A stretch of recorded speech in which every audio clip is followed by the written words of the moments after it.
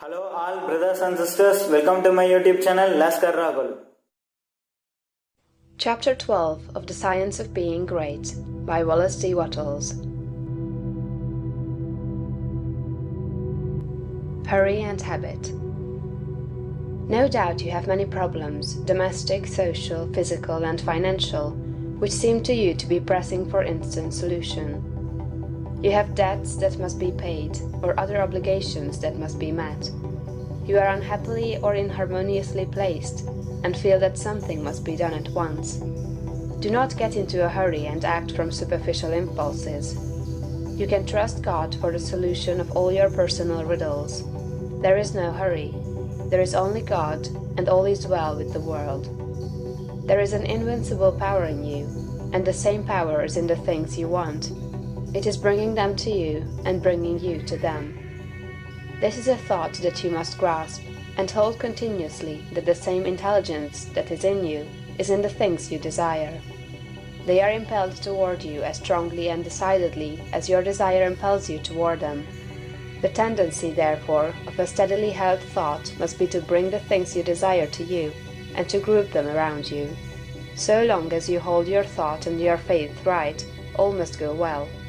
Nothing can be wrong but your own personal attitude, and that will not be wrong if you trust and are not afraid. Hurry is a manifestation of fear. He who fears not has plenty of time. If you act with perfect faith in your own perceptions of truth, you will never be too late or too early, and nothing will go wrong. If things appear to be going wrong, do not get disturbed in mind. It is only an appearance. Nothing can go wrong in this world but yourself, and you can go wrong only by getting into the wrong mental attitude.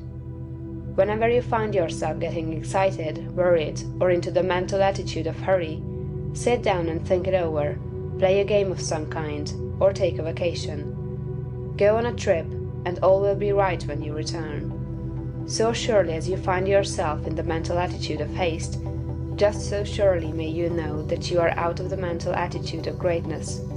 Hurry and fear will instantly cut your connection with the universal mind.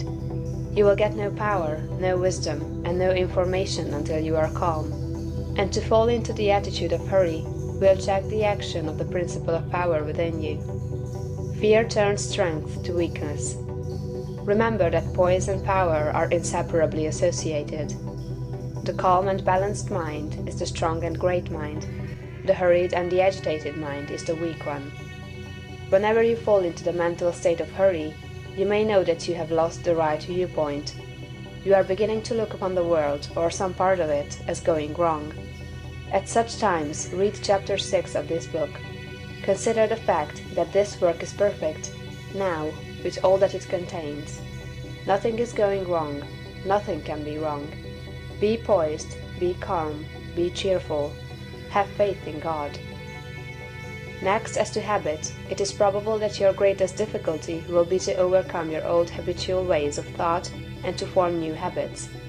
The world is ruled by habit. Kings, tyrants, masters, and plutocrats hold their positions solely because the people have come to habitually accept them. Things are as they are only because people have formed the habit of accepting them as they are. When the people change their habitual thought about governmental, social, and industrial institutions, they will change the institutions. Habit rules us all. You have formed, perhaps, the habit of thinking of yourself as a common person, as one of a limited ability, or as being more or less of a failure. Whatever you habitually think yourself to be, that you are. You must form now a greater and better habit. You must form a conception of yourself as a being of limitless power, and habitually think that you are that being. It is the habitual, not the periodical thought that decides your destiny. It will avail you nothing to sit apart for a few moments several times a day to affirm that you are great, if during all the balance of the day, while you are about your regular vocation, you think of yourself as not great. No amount of praying or affirmation will make you great, if you still habitually regard yourself as being small. The use of prayer and affirmation is to change your habit of thought. Any act, mental or physical, often repeated becomes a habit. The purpose of mental exercises is to repeat certain thoughts over and over until the thinking of those thoughts becomes constant and habitual. The thoughts we continually repeat become convictions.